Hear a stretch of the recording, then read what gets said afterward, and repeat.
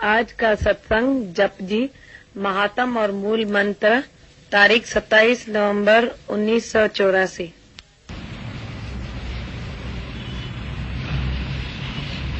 बाणी जपजी साहेब। एको सतनाम कर्ता पुरख निर्भव निर्वैर अकाल मूरत अजूनी सैभव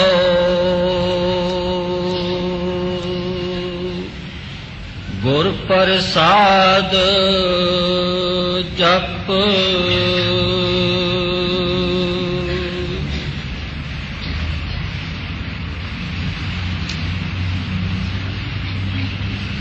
यह बानी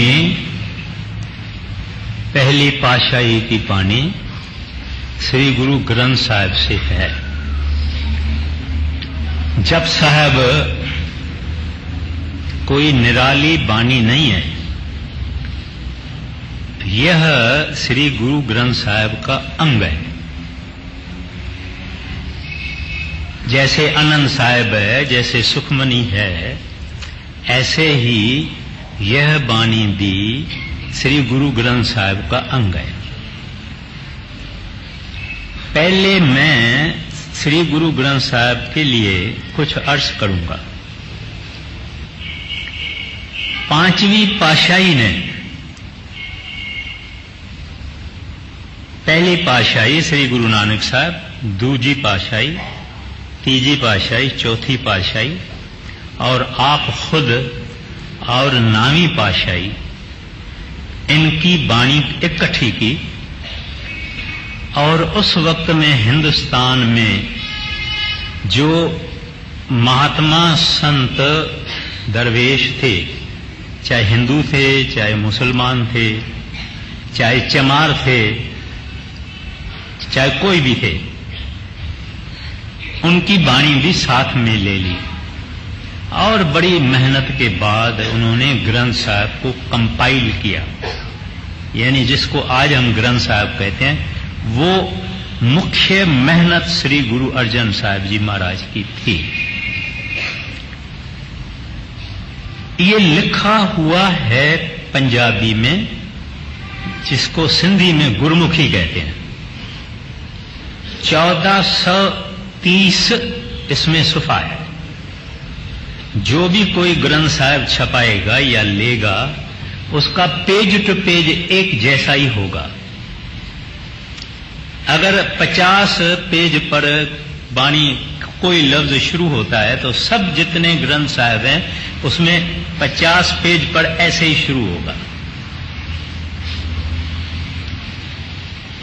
तो ये बाणी बहुत अनमोल बाणी है।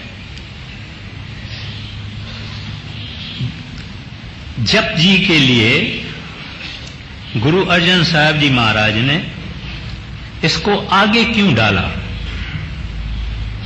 गुरु नानक साहब जी ने अपने जीवन के आखिरी दिनों में जप साहब की बाणी फरमाई, लेकिन गुरु अर्जन साहब जी ने जब इनको पढ़ा तब उनको बहुत ऊंच और उत्तम समझा और इसको ग्रंथ साहिब में पहले पहले रख दिया।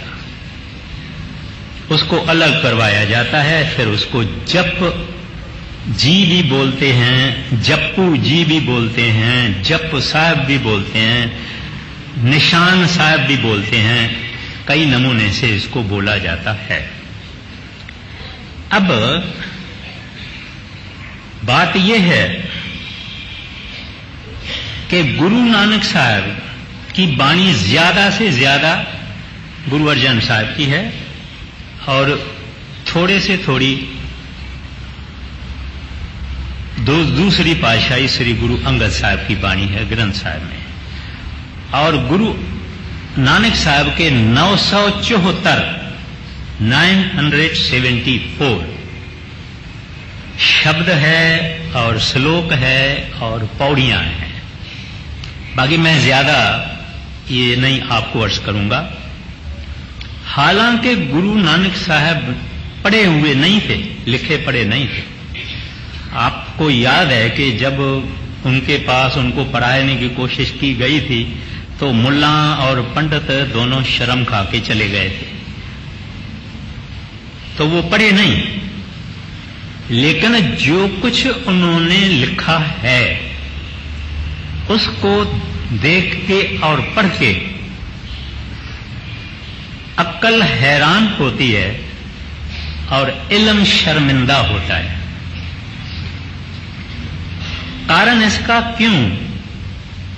इस वास्ते के सतपुरुष ने, वाहगुरु अकाल पुरख ने, हरि ने, गोविंद ने ये बाणी गुरु नानक साहब के मुखारबंद से कहलाई है।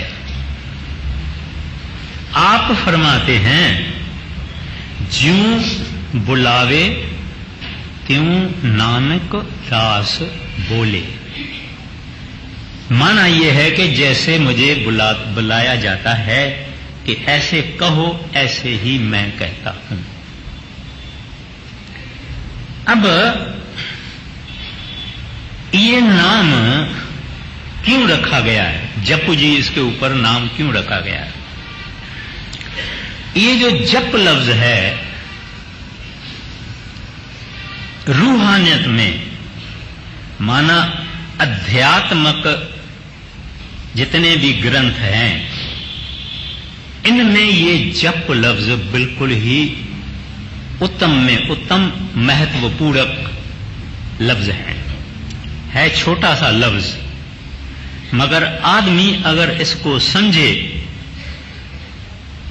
और इसका रटन करे तो हरि रूप हो जाएगा। अब जप माना रिपीट करना, सिमरन करना, किसको हृदय में धारना, फिर कहना, रिपीट करना, उच्चारण करना वगैरह। ये जो जप लफ्ज है, अगर कोई आदमी प्यार और प्रेम से कोई लफ्ज या कोई मंत्र उसका जप करे, और अगर वो प्यार और प्रेम और श्रद्धा से जप करेगा तो आपने आप खो जाएगा। यानी जप करने वाला अगर प्यार प्रेम श्रद्धा से एकाग्रता से जप करेगा तो जिस चीज का जप करेगा, जिस विषय का जप करेगा, जिस मनुष्य के नाम का जप करेगा, जिस मंत्र का जप करेगा, अपना आप उसका भूल जाएगा, विस्मरण हो जाएगा, और जिसका जप करेगा ऐसा रूप हो जाएगा और उसको अपना कोई पता नहीं, उसकी हस्ती, he will lose his identity, he will be oblivious, unaware of the change, transform हो जाता है। अगर सिख अपने गुरु के बख्शे हुए नाम का जप करता है तो उसका रूप हो जाएगा। इस वास्ते ही इसको जप साहिब कहा जाता है। मगर एक बात विचारने के लायक है कि हमको जप साहिब में गुरु नानक साहब जी महाराज ने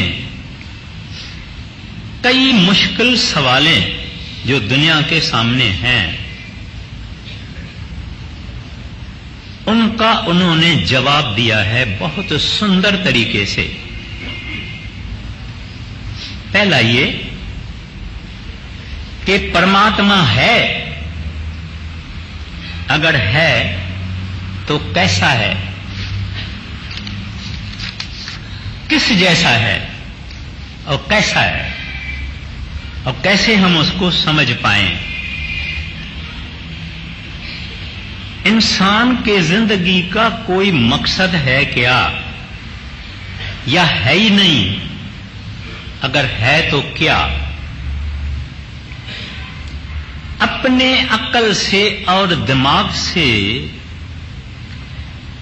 इंसान परमात्मा को हासिल कर सकता है क्या?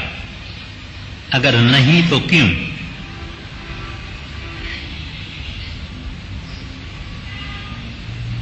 ये जो पृथ्वी है हमारी, सारी सृष्टि जो है, जो साइंस को मालूम है वो भी, और जो नहीं मालूम है वो भी, यही सब कुछ है कि और भी कुछ है। और हमारे जैसे इंसान ये यहां ही इस अर्थ पर है, पृथ्वी पर है, या और जगहों में भी है। और अगर हैं तो कहां हैं? फिर आखिर में परमात्मा ने ये सारी सब सृष्टि जो किताबों में है और नहीं है, कैसे बनाई और कैसे चला रहे हैं?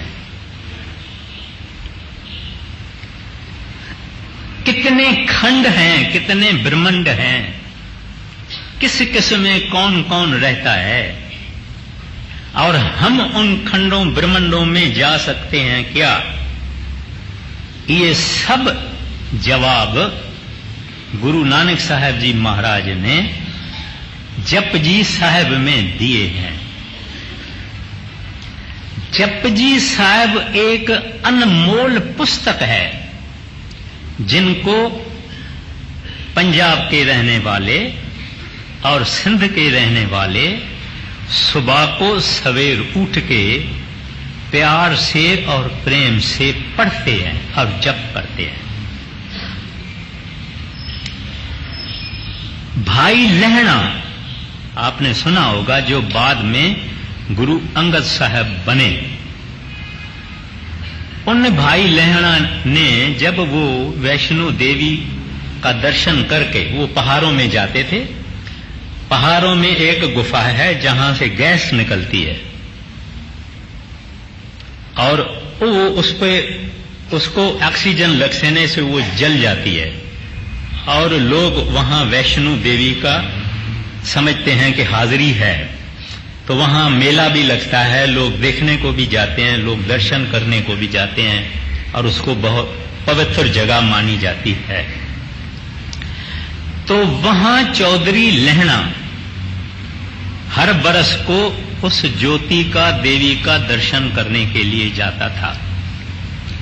एक दफे एक प्रेमी सिख जप साहब पढ़ रहा था। उस प्रेमी सिख का नाम था भाई जोध। तो बैठ गए और बड़े प्रेम से जप साहब सुनने लगे। तो उसको कहते हैं, भाई ये आप किसकी बानी पढ़ते हो? बोले क्यों? बोलते मुझे बहुत मधुर लगती है, मुझे बहुत प्यारी लगती है। बताओ किसकी बानी है ये? कहते हैं ये गुरु नानक साहब जी महाराज की बानी है, जो मेरे सतगुरु हैं। बोले वो कहां मिलेगा? कहते हैं वो पहाड़ों के नीचे, उनका कई जगहों पे सत्संग होता है, दर्शन देते हैं वगैरह वगैरह। तो उन्होंने सोचा कि दूसरे बरस जब मैं वैष्णो देवी का दर्शन करके नीचे उतरूंगा पहाड़ों से, तो मैं उनका भी दर्शन करूंगा। लेकिन वो गुरु नानक साहब का अक्षर सुन के और वाणी सुन के, नाम सुन के वो मोहित हो गया। यानी कि वाणी से ही उस पे मोहित हो गया। जब नीचे उतरा तो एक जगह पे कई आदमी बैठे हुए थे, और एक महात्मा सफेद दाढ़ी वाले वो सत्संग फरमा रहे थे। लोगों से पूछा, भाई ये कौन है? बोला ये श्री गुरु नानक साहब है। कहते हैं इसके तो तलाश में हूं। तो आगे आगे गए और बैठे, और उसी वक्त ही उसके ऊपर मोहित हो गए। यानी आशिक हो गए। फिर घर नहीं गए, फिर गुरु नानक साहब से इजाजत लेके गुरु नानक साहब के घर में गए और घर में उनकी सेवा की, यानी कपड़े धोना, बर्तन मांजना, दांतन काट के आके देना, झाड़ू लगाना, सब कुछ करना। तो गांव के आदमी आए, कहने लगे महाराज ये तो हमारे गांव का चौधरी है, इसको तो हमको वापस दे दो। बोले मैंने इसको क्या किया है, मैंने थोड़ी पकड़ के रखा है। भाई लेना, उठो और अपने गांव वालों के साथ जाओ। कहते हैं महाराज आपके चरण में ही मेरा थांव है, मेरे लिए और कोई थांव नहीं। लहना यहां रहेगा। लेने की जगह लेने ने संभाल ली, लेने को मिल गई, ये मेरी असल जगह है।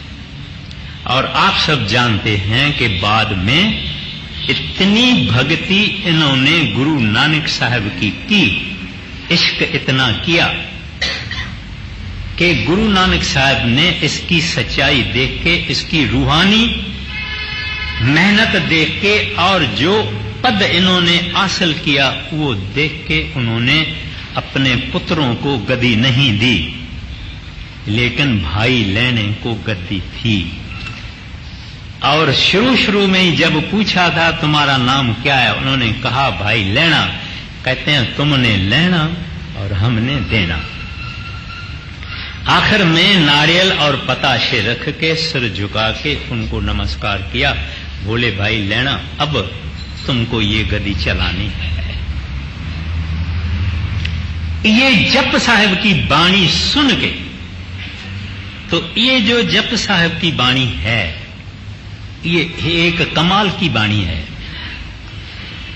अपन आज से 4 बरस पहले ये बाणी ली थी, जनवरी 1980 में, और अभी नवंबर आ गया है, करीबन 4 बरस हो जाते हैं। अब ये बाणी फिर ली जाती है।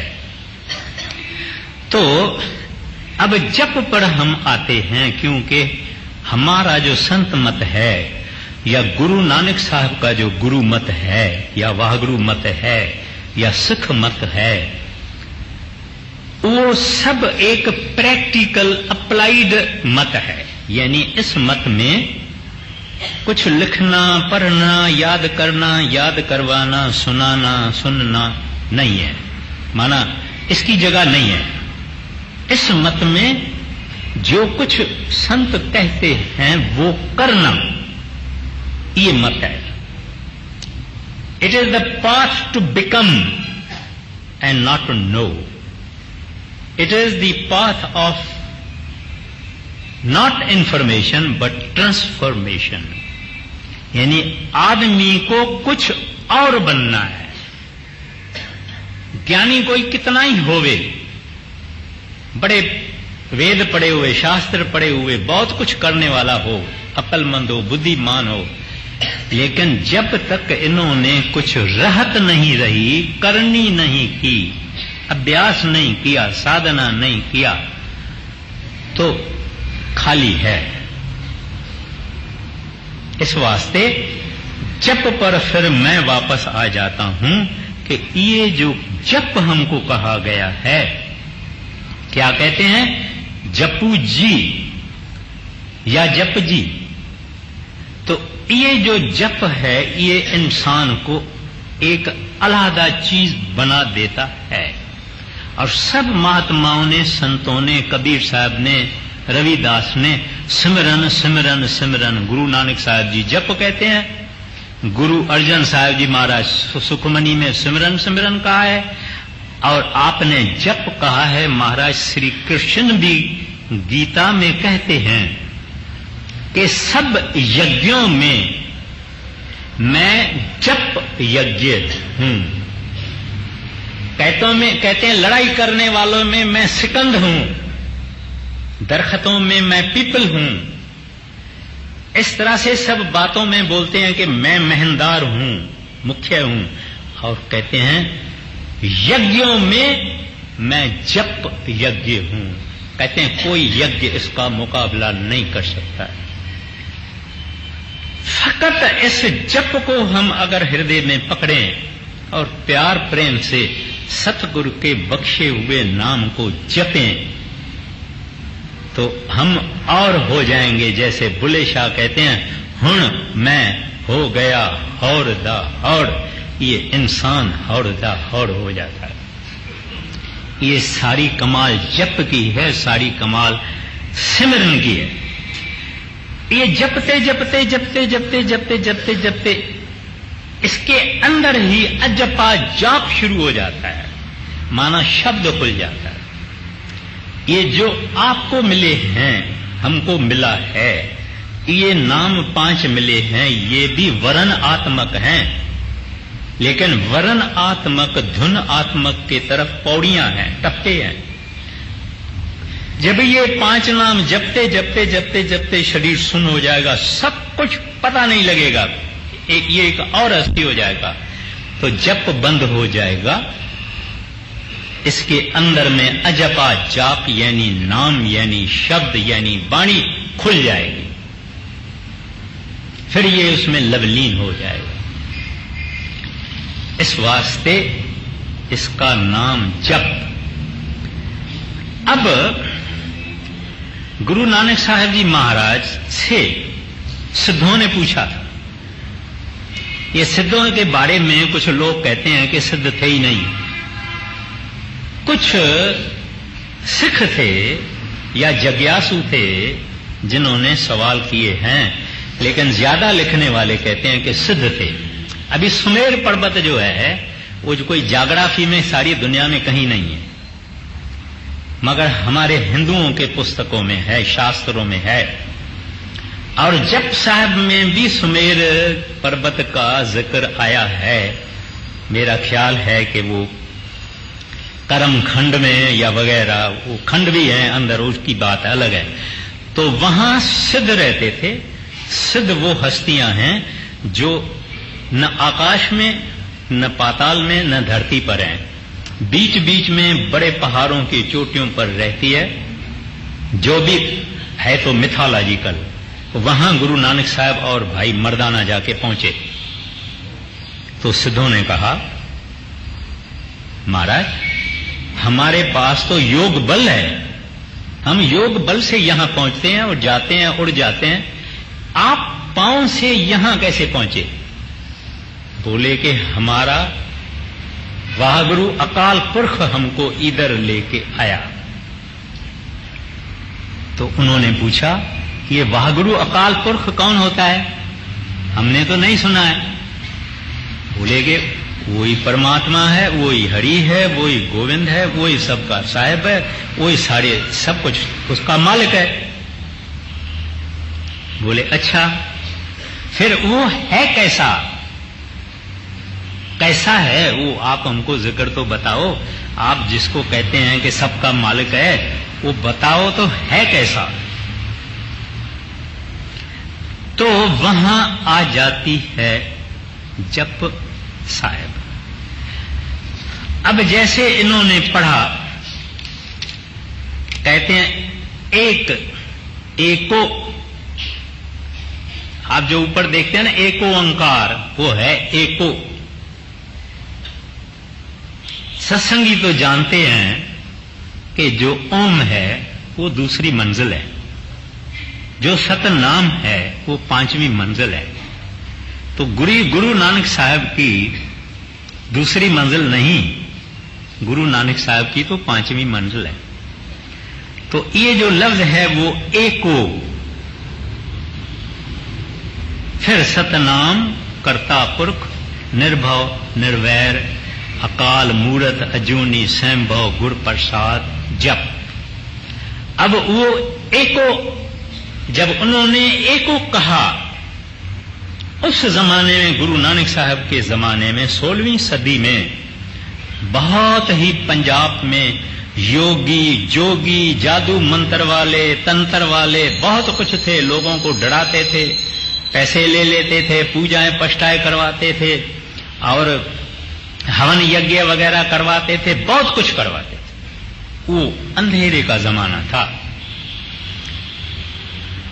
तो कई लोग कई देवी देवताओं की पूजा करते। पत्थर उठाया, सिंदूर लगाया, 2 आंखें लगा दी, देवता कर दिया, बैठ गए। ऐसा बहुत कुछ था। तो गुरु नानक साहब ने एक बात स्पष्ट कर दी, साफ कर दी कि हमारा फकत एक है,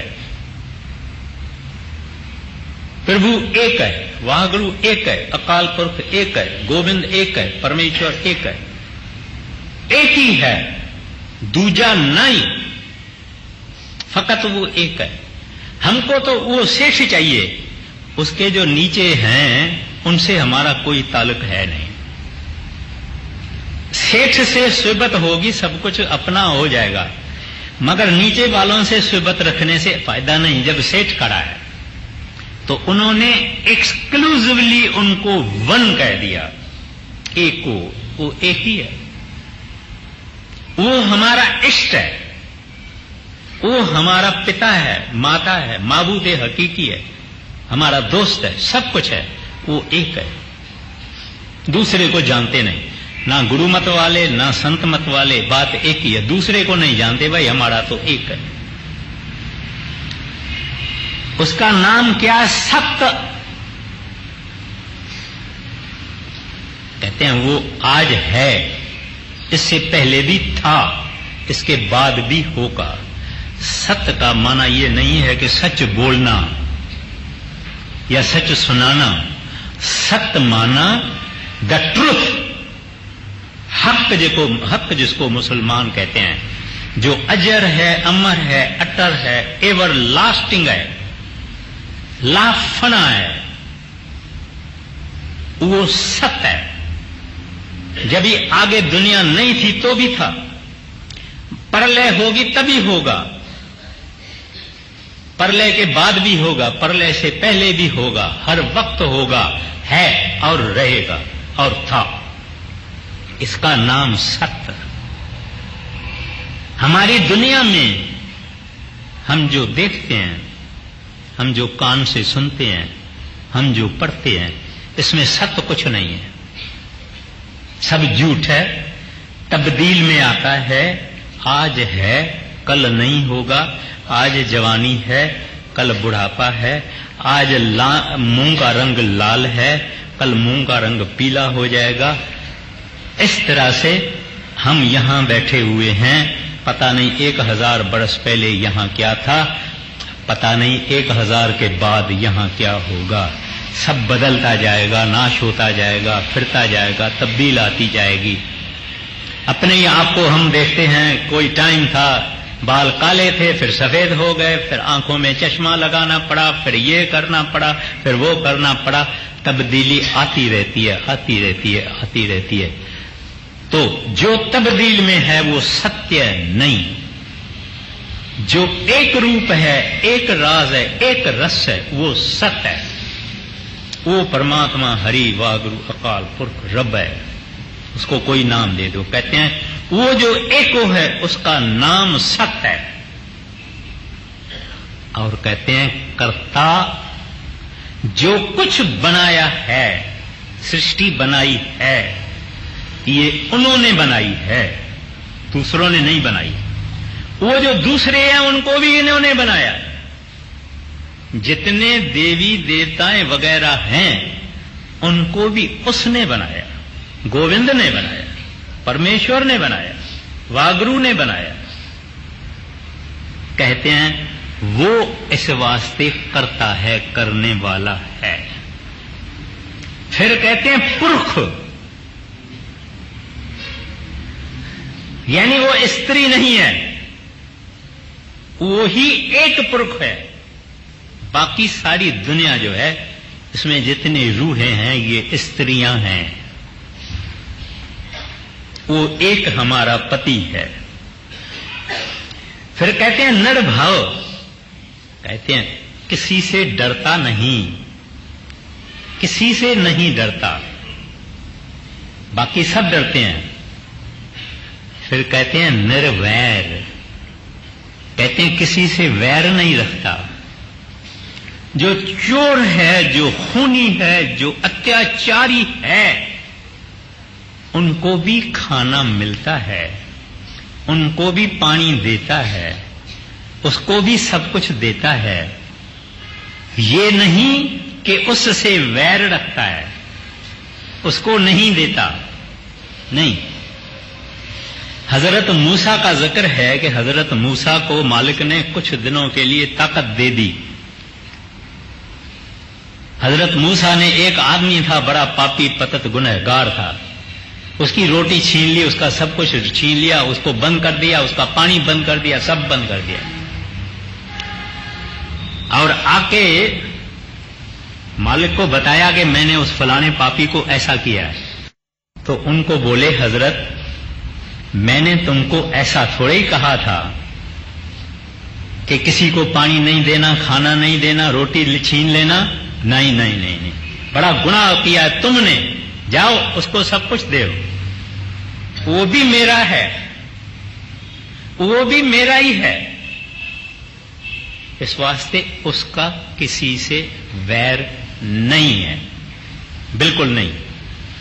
आप संतों को, जो संत जो उसके दास कहलाते हैं, है तो राम रूप हरि रूप, उनको भी आप गालियां दो, कुछ नहीं कहेंगे। जो कुछ करना है करो, वो अपना धीरज नहीं छोड़ते, क्योंकि उनके अंदर नाम है, उनके अंदर शब्द है। उनकी निंदा करो, कुछ नहीं कहेंगे। तो इस वास्ते ही, क्योंकि वो भी निर्वैर है। बड़े महाराज जी फरमाया करते थे, अगर सच्चा संत होवे, आप छुड़ा लेके उसकी गर्दन पे रखो, आपको श्राप नहीं देगा, नहीं देगा, बिल्कुल नहीं, क्योंकि वे वैर रखते नहीं। वो सब एक के अंदर मालिक का नूर देखते हैं, मालिक का रूप देखते हैं कि इसके अंदर। नहीं तो हमारे जैसे पापियों को नाम मिलेगा, बिल्कुल नहीं। कोई नहीं समझे कि हमारे दान हैं, पुण्य हैं, इस वास्ते नाम मिला है, इस वास्ते नाम मिला है, ये ऐसी कोई बात नहीं।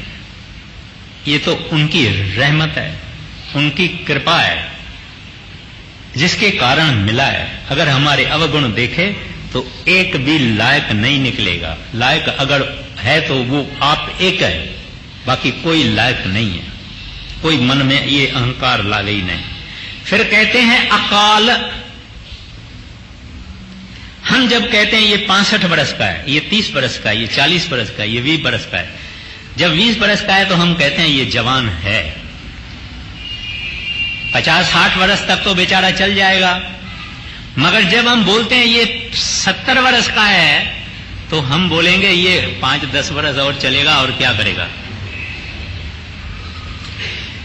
तो माना हम वक्त के अंदर हैं, वो वक्त से बियॉन्ड है, माना वक्त उसको कुछ नहीं करता। द्वापर, त्रेता, कलयुग, सतयुग, ऐसे हजारों लाखों चौकड़ी युग बन गए, हो गए, फिर आएंगे, प्रलय होगी, महाप्रलय होगी, सब कुछ को खत्म होगा, लेकिन वो रहेगा। इस वास्ते अकाल है। अकाल यानी बियॉन्ड टाइम। उसको आप नहीं कह सकते हैं कि आप 1,00,000 बरस के हो, 100 बरस के हो, 50 बरस के हो, बिल्कुल नहीं। इस वास्ते अकाल माना beyond time and beyond space. अब अपने को अगर कोई कहता है सत श्री अकाल, बड़ा सुंदर सैल्यूटेशन है। सत्य माना जो सदा होवे, अकाल माना जो सदा होवे, इसकी माना परमात्मा हरि गोविंद। हम उसको सत श्री अकाल ही कहें तो क्या है। लफ्जों में फांसना ज्ञानी का काम नहीं, अक्षरों में फांसना बुद्धिमान का काम नहीं। जो राधा स्वामी का मतलब है वही अकाल पुरख का मतलब है। सत श्री अकाल का भी वही मतलब है, खाली अक्षर जुदा जुदा हैं। तो वो प्रभु वाहक रूप बियॉन्ड टाइम है और बियॉन्ड स्पेस है। फिर कहते हैं अजूनी, ना उन्होंने मां के पेट से जन्म लिया है या किसी और तरह से पैदा हुए हैं, नहीं। ना वो मरता है ना वो जमता है, यानी जूनी में वो आता नहीं। हम सब जूनियों में आते रहे हैं, वो नहीं आता। फिर उसको क्लियर करने के लिए कहते सैं भाव, माना खुद ही आपे ही पैदा हुआ है, आपे अपने आश्रय पे सेल्फ डिपेंडेंट है, अपने आधार पे रहता है, अपने आपे ही हुआ है, इसको किसी ने पैदा नहीं किया है। देखिए कितने सुंदर वचनों में गुरु नानक साहब जी महाराज, जिनके लिए कहा जाता है कि वो अनपढ़ थे, थोड़े लफ्जों में उन्होंने परमात्मा का जिक्र करके रखा जिसमें से एक ऐब कोई निकाल ही नहीं सकता। स्वयं भाव कहते हैं खुद पैदा हुआ, अपने पांव पे खड़ा है, सेल्फ डिपेंडेंट है। फिर सिद्धों ने पूछा महाराज ये तो आपने बहुत ही विचित्र नमूने से उसका सारा जिक्र कर दिया अपने अकाल पुरख का, लेकिन उससे मिलना होवे तो, उसको देखना होवे तो, उसे मुलाकात करनी होवे तो? बोले हां हो सकती है, मिल सकते हैं। कैसे? गुरु प्रसाद। कहते हैं अगर आपको कोई कामल गुरु मिल जावे, गुरु माना रोशनी दिखाने वाला, अंधेरे में रोशनी दिखाने वाला है संस्कृत में गुरु। मगर असल में गुरु क्या है? परमात्मा से जब एक धारा शब्द की प्रकट हुई जिसने सारी रचना की, वो धारा गुरु है।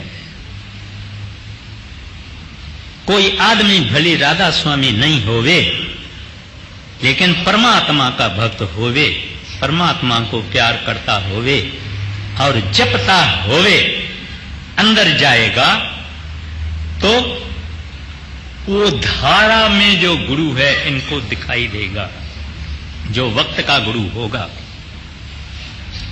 अमृतसर में एक सरदार साहब थे, महाराज जी से नाम नहीं लिया था, उसका पुत्र उसने नाम लिया था, बड़ा पुत्र था, उसने नाम लिया था, खुद ने नहीं लिया। और अपने पुत्र को कहता था, अरे तूने अपना सतगुरु छोड़ के एक बंदे को, एक इंसान को तुमने सतगुरु किया है, शर्म आनी चाहिए तुमको। तो वो बेचारा कुछ कहता नहीं था, क्योंकि वो बुजुर्ग था, पिता था, उस वास्ते कुछ कहता नहीं था।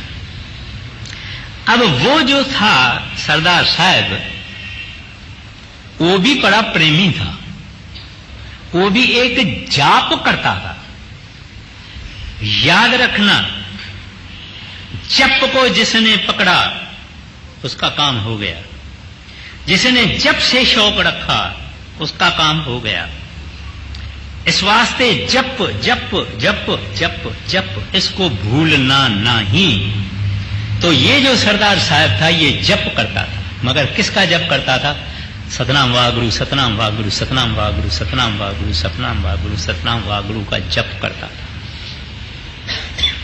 और एक दिन इसका सिमटाव हो गया। सिमटाव माना शरीर सुन्न हो गया, गोडे वोडे सुन्न हो गए, सब कुछ सुन्न हो गया, रूह बाहर निकल गई। जब देखा तो वहां बड़े महाराज जी सोटी लेके और वाच पहनी हुई है, सफेद पगड़ी है, सफेद दाढ़ा है, खड़े हैं। कहता है ये तो जसवंत का गुरु है, माना उसके लड़के का। बोले ये तो जसवंत का गुरु है। और एक दफा उसने देखा था, एक दफा। बोलता है अभी तो गुरु सच्चाई यही है, क्योंकि अगर कोई दूसरा होता तो वो भी आ जाता था। जब ये आ गया है और भी कोई होता था तो आ जाता था, मैं उसको देख लेता था। अभी तो यही है गुरु सच्चा। अब मुझे पता लग गया। जब भजन से उठा, जसवंत को बुलाए, कहते हैं जसवंत डेढ़े चलना है। कहते हैं क्यों पिताजी आप हंसी करते हैं, मखौल क्यों करते हैं? कहते हैं मखौल नहीं करता। कहते हैं एक अनोखी चीज पाई है मैंने। कहते हैं पिताजी दसो ना। कहते हैं अभी नहीं, मुझे डेरे ले चलो। डेरे ले गए, पुत्र भी बाप भी महाराज जी के पास गए। ये महाराज जी के चरणों में गिर पड़े सरदार साहब, और कहते हैं मुझे माफ करना। कहते क्या, क्यों आपको माफ करूं? कहते हैं मैंने खूब आपकी निंदा की है। कहते हैं ठीक है, मुझे तो कुछ नहीं हुआ है, तुम्हारी निंदा करने से मुझे तो कुछ नहीं हुआ है, तू आ गया ना, बस इतना ही काफी है। फिर सारी बात बता दी कि हजूर ऐसे ऐसे मैंने अंदर आपको देखा और वगैरह वगैरह। तो अपना मतलब उस बात से है कि ये जप, हालांकि उसने पूरे गुरु से नाम नहीं दिया, और ये इंसान यहां तक तो बगैर गुरु के आ सकता है, अगर अंदर गया तो नहीं जा सकता है। माना ये अभी भी नीचे की मंजिल है, अंदर इसकी संभाल नहीं होगी, कोई मिलेगा नहीं, दरवाजे पे ही ये रोका जाएगा, उस सरहद पर ही रोका जाएगा। इतना तो सिमटा पत्थर पत्थर पत्थर पत्थर पत्थर पत्थर करने से भी हो जाता है। तो ये है गुर प्रसाद। अभी प्रसाद क्या चीज है? कहते हैं पहले तो ऐसा गुरु मिले, ऐसा गुरु, पूर्ण गुरु, जो उस शब्द धारा में से आया होवे, हुक्म लेके आया होवे। कहे कबीर हम धुर के भेदी, लाए हुक्म हजूरी। कहते हम तो धुर के भेदी है, हजूरी यानी सतपुरुष का, हजूर का हम हुक्म लाए हैं तुमको इस दुनिया से ले जाने के लिए। ऐसा गुरु मिले, गुरु नानक साहब जैसा, कबीर साहब जैसा, सच्चे सच्चे महात्मा। दुनिया में ऐसा कभी नहीं होता है कि संत है ही नहीं, जरूर होते हैं, एक तो जरूर होता है, नहीं तो 4-5 कितने भी हो सकते हैं। तो वाणी इस वास्ते कहती है, रामायण कहता है संत न होते जगत में जल मरता संसार। तो ऐसा गुरु मिल जावे, कहते हैं वो तुमको एक प्रसाद देगा। कौन सा? पताशे का, मिश्री का? नहीं नहीं, कोई नारियल, कोई सेब, ना ना, बिल्कुल ना। जो मुक्त है वो प्रसाद भी ऐसा देगा कि लेने वाला मुक्त हो जाए। जो जंजीरों से बांधा हुआ नहीं है वो चाहता है कि दूसरे भी जंजीरों से नहीं बांधे जाए। जो खुद आजाद है वो दूसरों को भी आजाद करना चाहता है। और ऐसी हस्ती संत सतगुरु होते हैं, वो ऐसा प्रसाद देते हैं कि इंसान हमेशा के लिए मुक्त हो जावे, जन्म मरण के चक्कर से, जंजीरों से वो मुक्त हो जावे। ऐसा वो प्रसाद देते हैं। अभी प्रसाद की क्या माना? बख्शिश, दया, वो मेहर, दृष्टि कर्म की, कर्म यानी ग्रेस, एक ग्लांस ऑफ ग्रेस। नानक नदरी नदर निहाल, कहते हैं वो उनका प्रसाद होता है। मिश्री और लड्डू और ये प्रसाद नहीं होता है, ये उनका प्रसाद है। कहते हैं ये मेरे सामने आया है, अभी तक ये कैदी रहेगा काल का। देखिए जब वो शिकारी शिकार करने को जाता है ना, छोटा छोटा शिकार करके खुश नहीं होता है, बड़ा शिकार करके शेर का, चीते का खुश होता है। ऐसे ये जो संत जन हैं ये हमारे जैसे महापापी गुनहगारों को शिकार करते हैं, और शिकार करके ही वो प्रसाद दे देते हैं। कहते हैं जाओ, मुक्त है। मुक्ता सेवे मुक्ता होवे, वो मुक्त का करने वाला प्रसाद दे देते हैं। अब कहते हैं कि ऐसा गुरु जो तुमको देवे, तरीका देवे, टेक्निक देवे, साधन देवे, विधि बतावे, उस विधि को तू क्या कर, जप। दिन रात दिन रात दिन रात दिन रात दिन रात। हमारे पास भी ऐसे प्रेमी हैं, ऐसे प्रेमी हैं जो कि खूब जपते हैं, खूब सिमरन करते हैं, ऐसे प्रेमी हैं, मगर आपको वो नहीं बताएंगे। जितना जितना ये जप करेगा, सिमरन करेगा, इतना इतना ये खामोश रहता है। इसको मालूम है दुनिया को बताने से कुछ नहीं होगा। घाटा होगा, नुकसान होगा, फायदा नहीं होगा। क्या करेगी दुनिया? हाँ, तुम्हारा तो सारा दिन चलता है, रात भी चलता है, दिल भी चलता है, आपे ही चलता है। अरे भाई, तुमने तो बहुत कुछ कर्म किए होंगे अच्छे। ऐसे आदमी सत्यानाश कर देते हैं। कोई अंदर की बात किसी को बताना नहीं चाहिए, अपने पास रखना चाहिए। जितनी रखेंगे इतनी बख्शिश ज्यादा मिलेगी। जितनी वो वर्दीनेस देखेगा सतपुरुष प्रभु वागुरु, जितनी वर्दीनेस देखेंगे, लायकी देखेंगे, इतना इतना वो हमको ज्यादा देंगे। इस वास्ते जप से दोस्ती, सिमरन से दोस्ती। और थोड़ा 10 मिनट है ना खाने में, खाना टेबल पर लगाएंगे ना, अभी 10 मिनट है ना, बोलते हैं ना चावल पूरा नहीं पका है, चलो 10 मिनट भजन सिमरन करो सिमरन करो। अरे भाई, सीढ़ी चढ़ रहे हो, उसमें क्या काम करना है? सीढ़ी चढ़ते चढ़ते सिमरन करो। रोटी खाते हो, बकवास मत करो, चबाते चबाते चबाते सिमरन करो। मतलब ये आदत आहिस्ता आहिस्ता आहिस्ता हो जाएगी।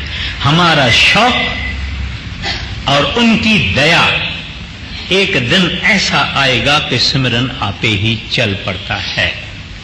अब टाइम हो गया। एक बात खास कहनी है, वो ये है,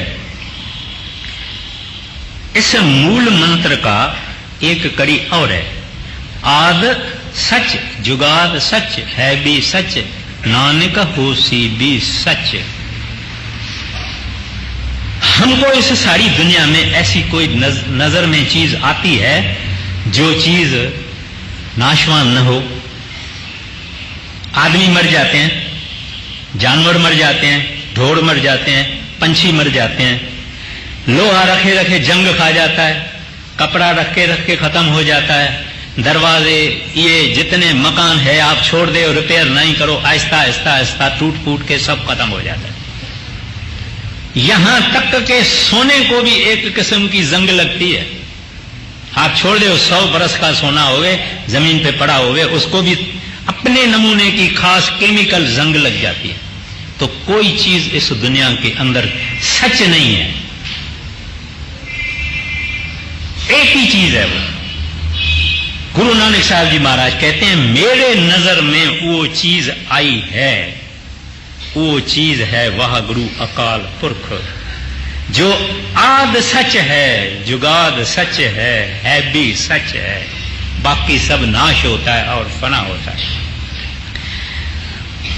तो वहां सिद्ध पूछते हैं गुरु नानक साहब से, महाराज फिर वो जो आप वाह गुरु अकाल पुरख बोलते हैं, जो आद सच, जुगाद सच, है भी सच, हो भी सी सच है, वो कैसे मिलेगा?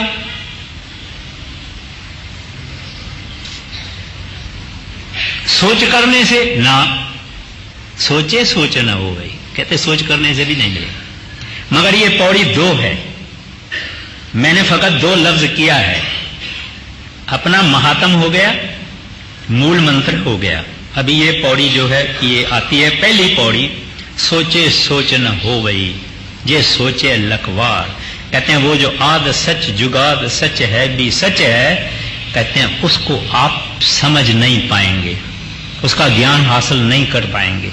आप लाख बार भी अपना दिमाग चलाओ तो आप उसको सोच नहीं सकते हैं कि वो कैसा है। बाकी जब ये दूसरा मंगलवार आएगा तब ये पहली पौड़ी उठाई जाएगी। राधा स्वामी।